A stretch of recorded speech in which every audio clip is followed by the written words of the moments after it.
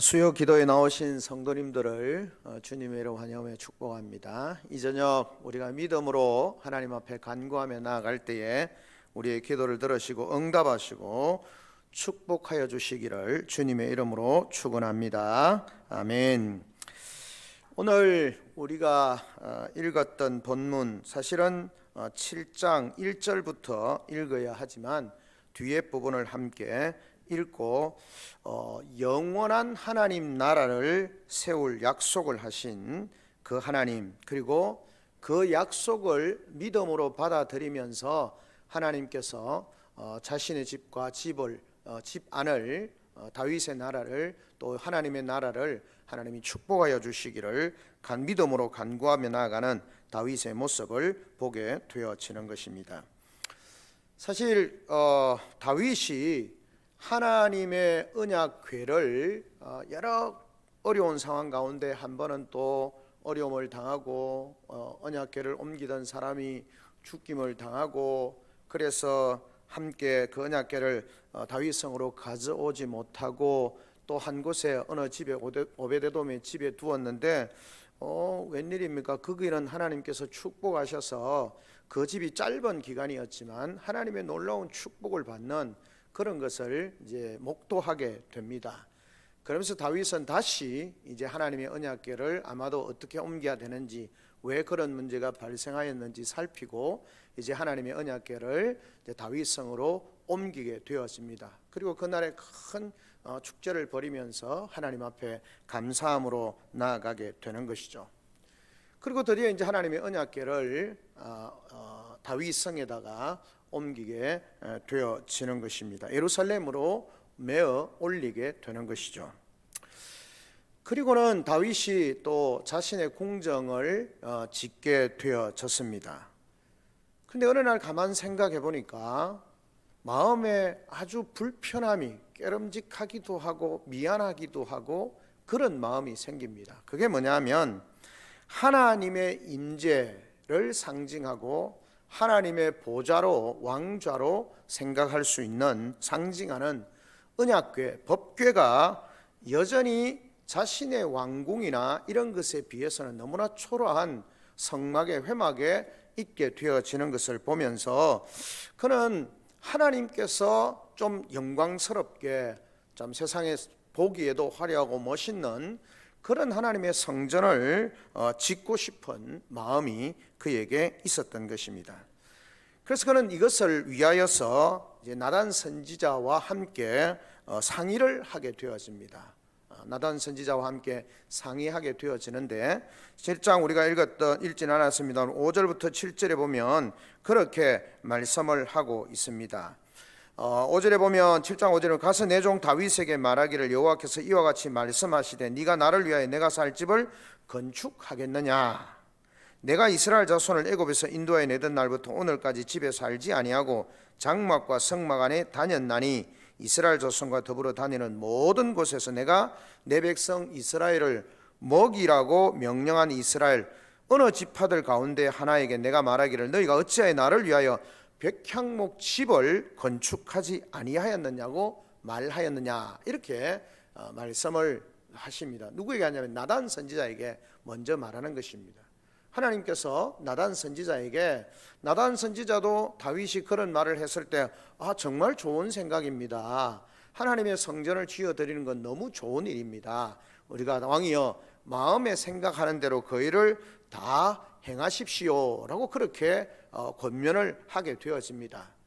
그리고는 집에 돌아와서 이제 자고 있는데 밤에 하나님께서 나단 선지자에게 나타나셔서 그렇게 말씀을 하고 계십니다. 3절에 보면 여호와께서 왕과 함께 계시니 마음에 있는 모든 것을 행하소서라고 그렇게 조언하고 돌아와 있던 나단에게 우리가 읽었던 5절부터 7절까지의 말씀을 통해서 야, 내가 언제 너희에게 집을 지어달라고 말한 적이 있느냐? 없지 않느냐라고 그렇게 말씀을 하시면서 의도는 선하지만, 좋은 의도를 가지고 있지만 이게 자칫하면 여러 가지 문제가 생길 수 있다라는 생각을 가지고 하나님께서 다윗을 향하여서 나단 선지자를 통하여서 그 집, 하나님의 집 성전 건축하는 거 그냥 철회해라 해라, 지금은 할 그 시기가 아니다 라고 그렇게 말씀을 하고 계시는 것입니다.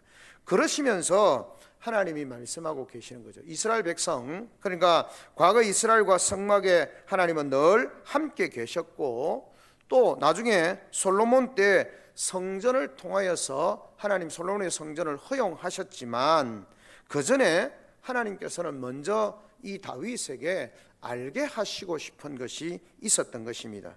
다윗은 하나님께 무언가를 해드리겠다고 하는 선한 의도를 가지고 있지만, 이게 자칫하면 공로사상에 빠질 수 있기 때문에, 내가 하나님을 위해서 이것 했습니다, 저거 했습니다 라고 하는 공로사상에 빠질 수 있기 때문에, 그것보다 먼저 하나님이 어떤 분이시고 오히려 하나님이 그 백성들을 위하여 어떻게 하셨는지를 알고, 그리고는 하나님이 오히려 이 다윗을 향하여서 너가 내 집을 짓는 것이 아니라 내가 너희의 집을 지어주겠다라고 그렇게 하나님이 말씀을 하시면서, 하나님이 다윗을 택하시고 그를 위해서 집을 짓는 분이라는 사실을 하나님이 알게 하시기를 원하셨던 것입니다. 그러니까 다윗은 하나님의 언약궤가 정말 우리는 거룩한 성막이지만, 외형적으로 보면 당시 어떤 천막이나 이런 걸로 지어져 있기 때문에 건축물로 백향목이나 대리석이나 이런 걸로 지은 화려한 성전보다는 아무래도 좀 연약해 보이고 불편해 보이니까, 그걸 하나님의 성전을 지어서 좀 하나님께 드리고 싶은 그런 선한 의도를 가지고 있었지만, 하나님께서는 그것을 허락하지 않으시고 먼저 다윗에게 하나님이 알게 하시는 것입니다. 그게 뭐냐 하면, 하나님께서 그렇게 말씀을 하는 것입니다. 먼저는 자칫하면 인간이 하나님을 제한할 수 있다는 겁니다. 마치 집을 지어서 하나님이 그곳에 계시는 것처럼, 하나님이 그곳에만 계시는 것처럼 그렇게 생각할 수 있다는 것입니다. 왜냐하면 고대 그렇게 신전이라든지 그런 걸 지으면서 신들을 거기에 모셔두고 그들을 섬기는 것을 통해서 신은, 자신들이 섬기는 신이 그곳에 임재한다, 그곳에만 있다고 생각을 하는 것입니다. 그래서 자칫하면 하나님의 집을 지어들여서 하나님도 인간들처럼 꼭 고대 그 당시에 있는 그런 우상들처럼 집을 짓고 거기에 거해야 되는 인간적인 생각으로 제한하는 것이 될 수 있기 때문에 하나님이 그렇게 하지 말라라고 그렇게 말씀을 하고 있는 것입니다. 그래서 말씀합니다. 온 천지를 지으신 하나님이신데 하늘의 하늘들이라도 그 하나님을 가득 이렇게 채우고 온전한 집으로 할 수 없는데, 그냥 땅에 있는 어떤 아무리 인간이 화려해 보인다 할지라도 그런 성전을 짓고 그곳에 하나님을 제한하고 가둘 수 있는 그런 생각들을 가질 수 있기 때문에 하나님이 그것을 거부하시는 것입니다. 그거 하지 마라 라고 그렇게 말씀을 하고 계시는 거죠. 그러면서 오히려 뭐라고 말씀합니까?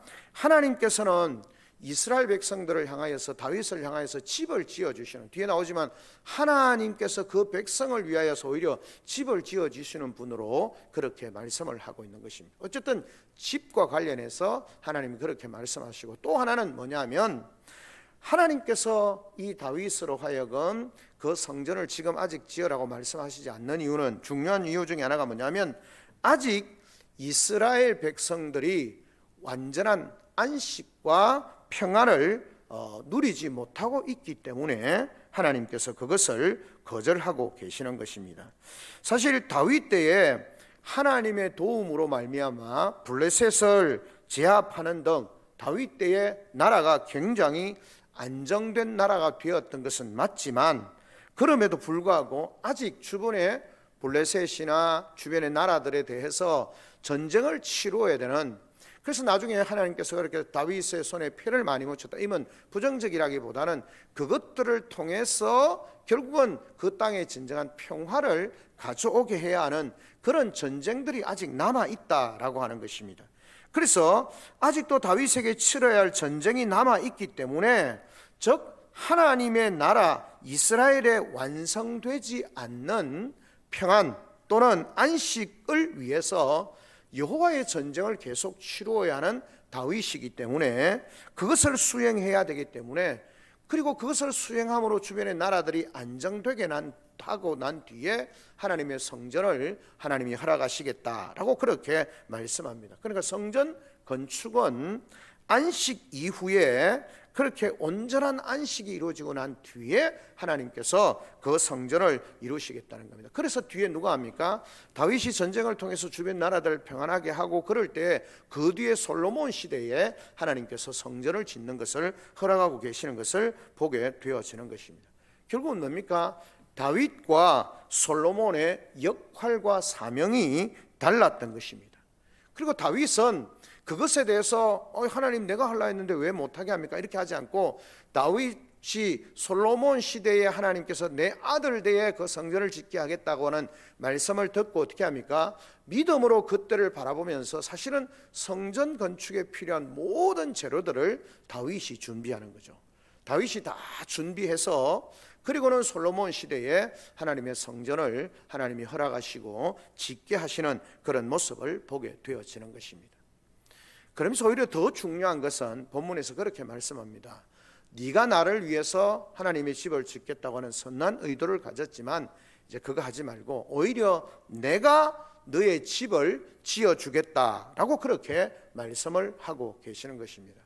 자, 다윗은 하나님이 거하시는 그런 외형적인 건물로서의 집을 하나님 앞에 지어서 드리겠다 그런 마음이 있었지만 하나님은 오히려 말씀하고 계시는 겁니다. 하나님이 다윗의 집을 짓는 분이심을, 다윗이 그할 어떤 물리적인 그런 집이 아니라 뭡니까? 견고히 세우시는 그 집안을 하나님의 축복을 받는 그런 믿음의 가정으로 또 그것을 통해서 하나님의 나라를 온전히 세워가시겠다라고 그렇게 말씀합니다. 다윗을 통하여서 그 왕위를 견고하게 하겠다라고 말씀하시는 거죠. 결국 이것은 신약에서 예수 그리스도, 다윗의 자손 오신 예수 그리스도를 통해서 온전하게 이루어지는 그런 모습을 우리에게 보여주고 있는 것입니다. 이렇게 하나님은 선한 의도로 귀하죠. 하나님의 전을 짓고 싶어하는 그 귀한 마음을 하나님이 기뻐 받으시지만 지금은 그렇게 성전을 지을 상황이 아니다. 그래서 그 내용적으로는 단순히 하나님이 건물 안에 갇혀 있는 그냥 하나님도 물리적인 집에 거하는 것처럼 그런 오해를 살 수 있기 때문에 하나님이 그렇게 하지 말라 하시고 오히려 내가 너의 집을 지어주겠다, 너의 가문, 너의 집안에 견고한 집을 지어주겠다라고 말씀하시고 두 번째 말씀하셨던 것처럼 뭡니까? 아직 그 땅에 평화와 안식이 온전하게 이루어져 있지 않고 그 땅에 진정한 평화와 안식을 주기 위해서 다윗은 계속 전쟁을 치루어야 하기 때문에 하나님께서 그것을 거절하시고 솔로몬 때에 그 하나님의 성전을 짓게 하시겠다라고 그렇게 말씀을 하고 계시는 것입니다. 하나님께서 이렇게 다윗의 성전 건축에 대해서 거절을 하셨고 보류를 하셨지만 한편으로는 앞에서 말씀드린 것처럼 뭡니까? 하나님께서 다윗을 위한 한 계획을 세우고 계시는 것을 보게 되어집니다. 그러니까 성전을 건축하고자 했던 그 다윗의 계획을 하나님께서 보류하고 연기시키셨지만 하나님께서 한 가지 놀라운 약속을 그에게 주시는 것입니다. 그게 뭐냐면 하나님이 다윗의 집을 세우고 그 나라 왕위를 영원히 견고하게 하겠다라고 그렇게 약속하시는 겁니다. 자, 다윗의 하나님 성전 건축 제가 하나님의 집을 지어드리고 싶습니다라고 할 때 하나님이 일단 거절하시고 보류하시면서 반대로 내가 너의 집을 지어주겠다라고 그렇게 말씀을 하시면서 그 집에는 뭡니까? 그 집을 세우시고 그 나라의 왕위를 견고하게 하겠다라고 그렇게 말씀을 하고 있는 것입니다. 8절에 보면 이렇게 말씀합니다. 그러므로 이제 내 종 다윗에게 이와 같이 말하라. 만군의 여호와께서 이와 같이 말씀하시기를 내가 너를 목장 곧 왕을 따르는 데에서 데려다가 내 백성 이스라엘의 주권자로 삼고 네가 가는 모든 곳에서 내가 너와 함께 있어 내 모든 원수를 내 앞에서 멸하였은즉 땅에서 위대한 자들의 이름같이 내 이름을 위대하게 만들어 주겠다. 그렇게 말씀하시고 10절에 내가 또 내 백성 이스라엘을 위해 한 곳을 정하여 그를 심고 그를 거주하게 하고자 하고 옮기지 못하게 하여 악한 종류로 전과 같이 그들을 해하지 못하게 해서 전과 같이 사울이나 그때와 같이 그런 상황 가운데서 해하지 못하게 하고, 그 전에 내가 사사에게 명령하여 내 백성 이스라엘을 다스리던 때와 같지 아니하고 너를 모든 원수에게서 벗어나 편히 쉬게 하리라. 여호와가 또 내게 이르노니 여호와가 너를 위하여 집을 짓고, 뭐요? 하나님께서 너를 위하여 집을 짓고 내 수완이 차서 내 조상들과 함께 누울 때에 내가 네 몸에서 날 내실을 내 뒤에 세워 그의 나라를 견고하게 하고, 너의 나라를 견고하게 하고, 그 다음에 그는 내 이름을 위하여 집을 건축할 것이요 나는 그의 나라 왕위를 영원히 견고하게 하리라. 자, 하나님께서 뭐라고 말씀합니까? 그 집은 네가 아들을 통해서 하고 나는 너의 집을 짓고 그의 나라를 견고하게 하고 왕위를 견고하게 하겠다라고 그렇게 말씀을 하고 있는 것을 보게 되어집니다. 16절에 보면 내 집과 내 나라가 내 앞에서 영원히 보존되고 내 왕위가 영원히 견고하리라 하셨다 하라. 15절에는 또 뭐라고 말씀합니까? 내가 네 앞에서 물러나게 한 사울에게서 내 은총을 빼앗은 것처럼 그에게서 빼앗지는 아니하리라. 자, 사울에게는 하나님의 은총을 빼앗았는데 다윗과 그의 후손들에게서는 하나님의 은총을 빼앗지 않겠다라고 말씀합니다. 그러니까 하나님의 나라를, 다윗의 집을 통하여서 하나님의 나라를 견고하게 세우시고 그 나라의 왕권을 견고하게 하고 영원히 이르게 하겠다라고 그렇게 말씀을 하고 있는 것입니다. 성경은 우리는 신학적으로 이것을 뭐라고 말하냐면 다윗 언약이다 그렇게 말합니다. 하나님께서 약속하신 거죠. 사실은 우리의 삶은 하나님의 약속 가운데 살아가는 삶입니다. 우리의 삶은 하나님의 약속. 하나님께서 처음 인간을 만드시고 하나님 많은 축복을 주시겠다고 말씀하셨는데 죄로 말미암아 모든 인생들이 죄 가운데 죽게 되어졌을 때 하나님이 다시 언약을 맺으시고 그 언약 가운데서 그 백성들을 보호하시고 구원하시고 그렇게 하시겠다고 약속하셨고 그것을 이루어 가시는 것이고, 그리고 다윗의 아브라함의 언약을 통하여서 모든 열방이 복을 받게 하고 하나님께 그 나라를 견고하게 하겠다라고 말씀하고 계시는 것입니다. 오늘 본문에 우리가 읽었던 이 본문은 다윗의 언약이다라고 그렇게 말씀하시는데, 하나님은 모든 인류를 구원하시고 하나님 나라를 이루어가는 방편으로 약속을 주십니다. 언약이라고 표현하는데 약속을 자기 백성들에게 주시는 것입니다. 그래서 아브라함과 언약을 맺으시고 이스라엘 백성과 시내산에서 언약을 체결하시고, 그리고 연장선상에서 다윗과 언약을 하나님이 맺으시는 것입니다. 그리고 이 다윗의 언약은 핵심은 무엇입니까? 바로 하나님께서 다윗 가문의 왕위가 끊이지 않고 그 나라를 영원히 견고하게 하겠다라고 하시는 것이 하나님께서 다윗과 맺으신 언약이라는 것입니다. 결국 이것은 다윗의 후손 예수 그리스도께서 이루실 영원한 하나님 나라에 대해서 우리에게 언약적으로 말씀하시는 것이기도 하고, 그러나 그 과정 가운데 있어서도 다윗의 왕위를 하나님이 견고하게 하시겠다라고 그렇게 말씀하고 있는 것입니다.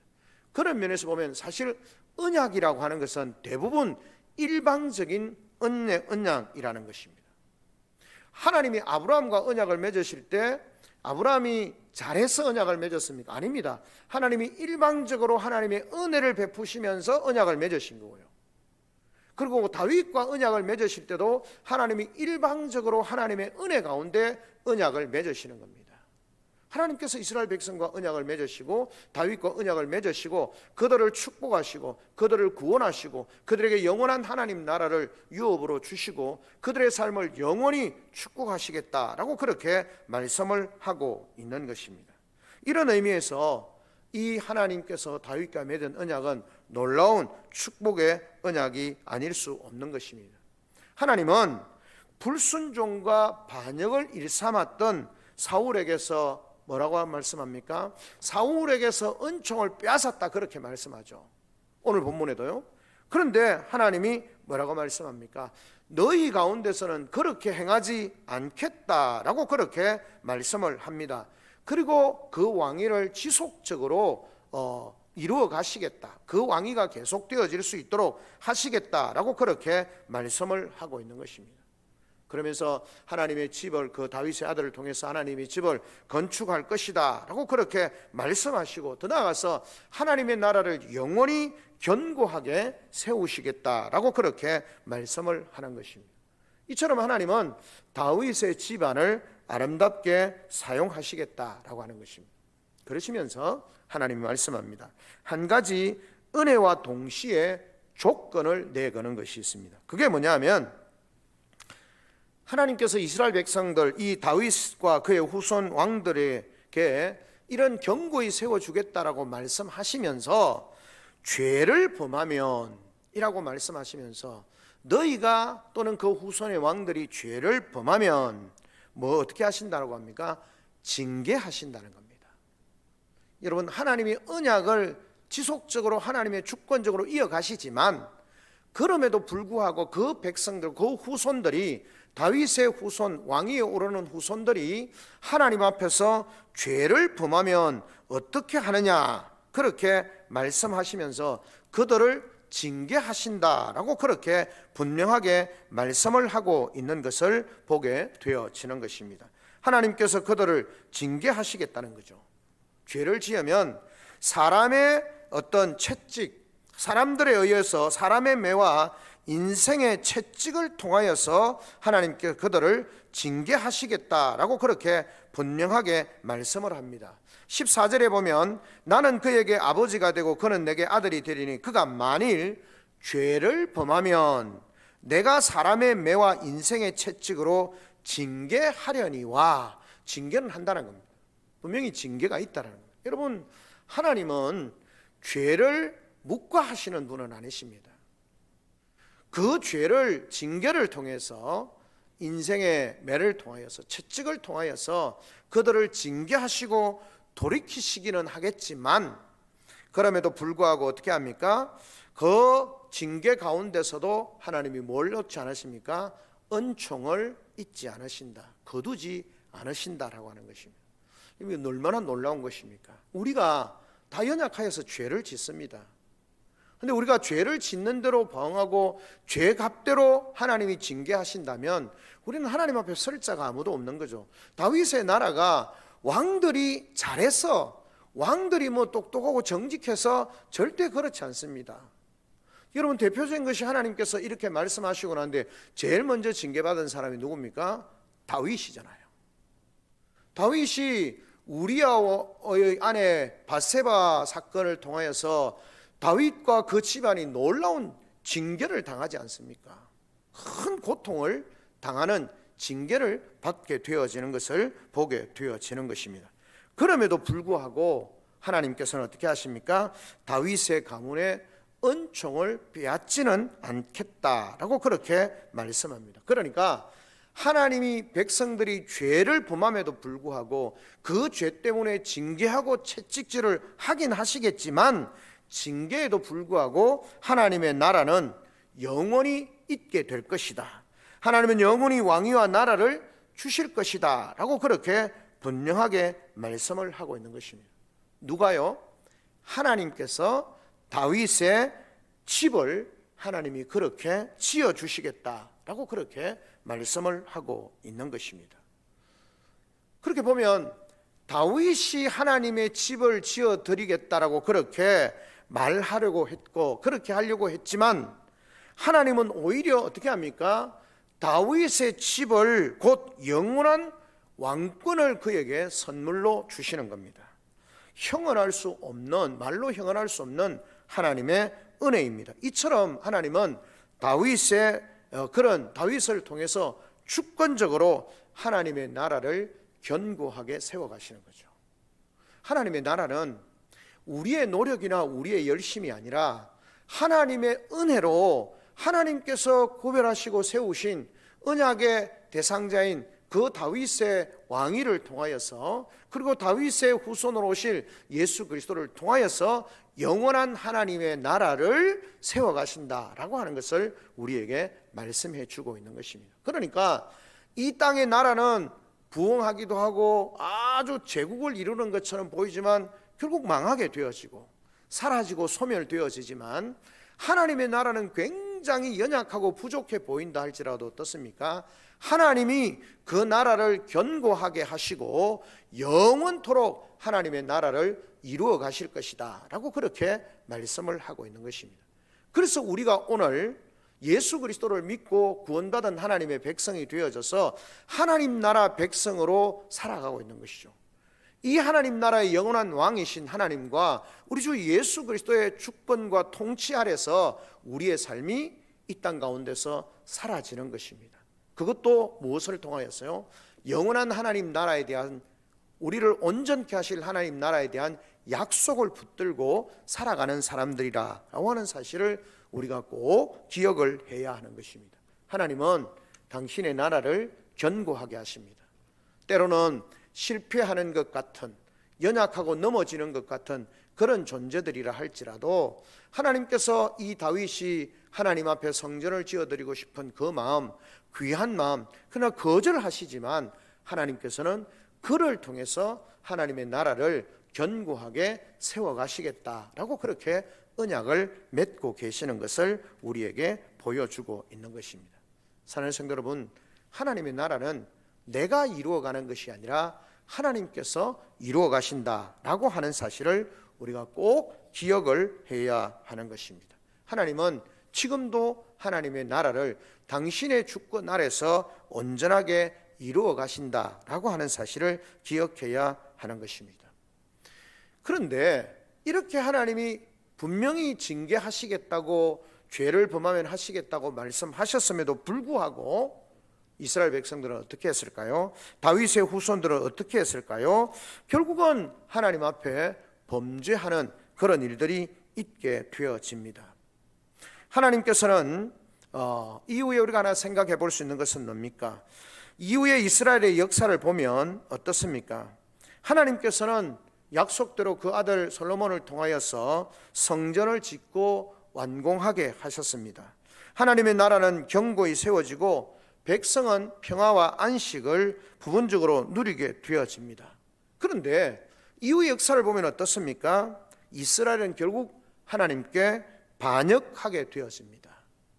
솔로몬부터 시작해서 어떻게 되어집니까? 그래서 결국은 그 이스라엘이 남북으로 분열되어지고 또 다윗의 후손으로 다스려져가는 그런 유다의 왕들마저도 하나님의 말씀에 불순종하게 되어지면서 어떻습니까? 다윗 왕가 역시 몰락하는 듯하게 보이는 것입니다. 하나님은 다윗의 나라를 영원히 약속하셨는데 유다의 나라가 망해지면서 다윗의 왕위가 끊어져 버리는 듯한 그런 상황에 직면하게 되는 것입니다. 도대체 어떻게 된 것일까요? 어떻게 이런 일이 일어날 수 있는 것일까요?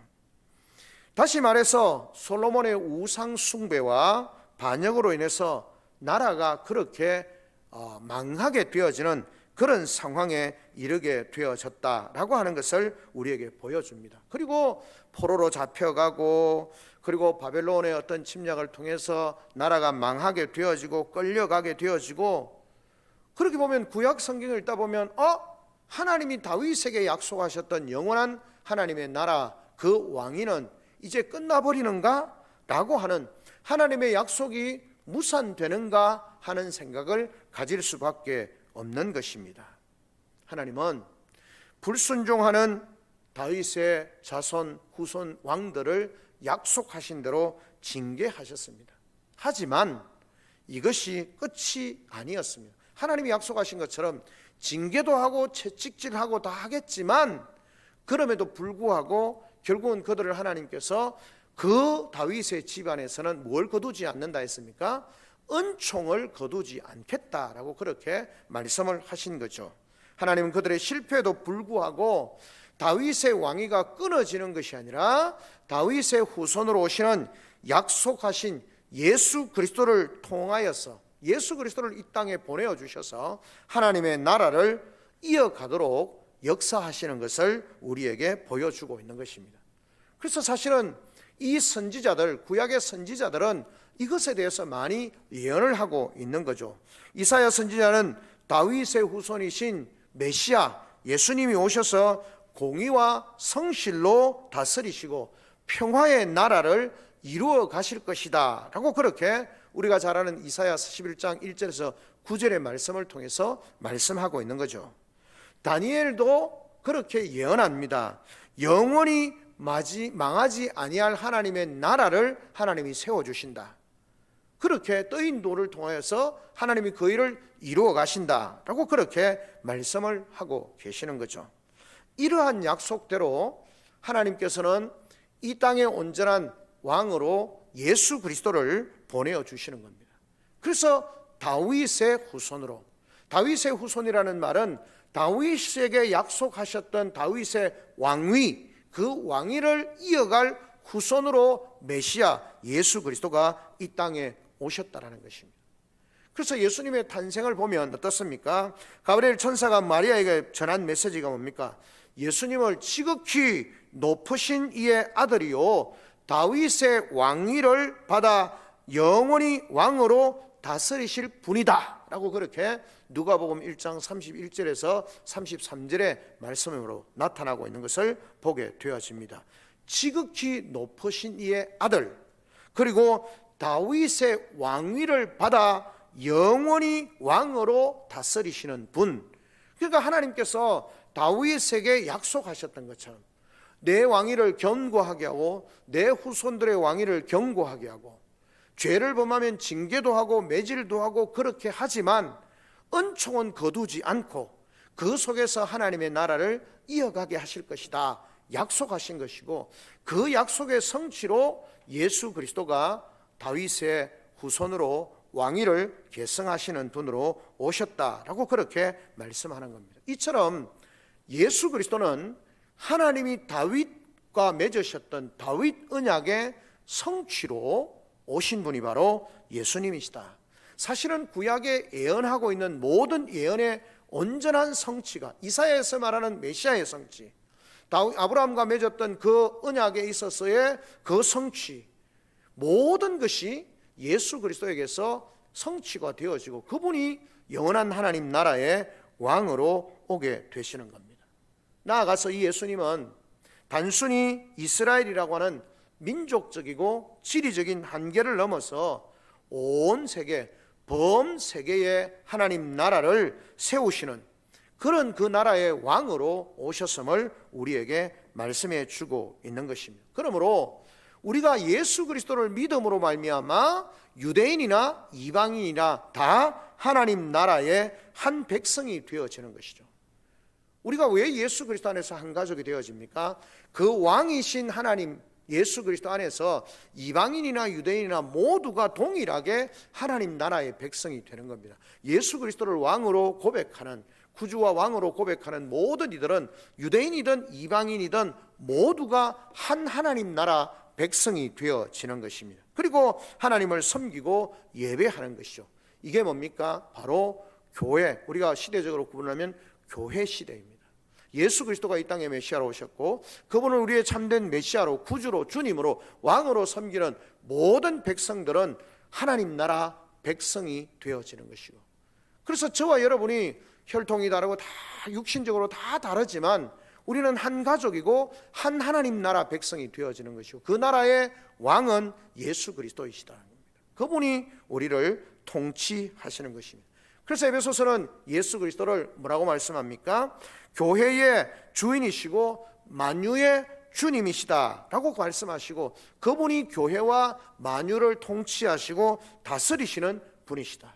그리고 그분 안에서 참된 평안과 안식을 누리게 된다. 그분이 우리에게 참된 평안과 안식을 주시기 때문에 그렇다. 그리고 궁극적으로는 주님의 다시 오신 주님의 재림 시에는 우리는 영원한 하나님 나라의 완성을 보게 될 것이다 라고 그렇게 말씀하고 있는 것입니다. 말씀을 정리합니다.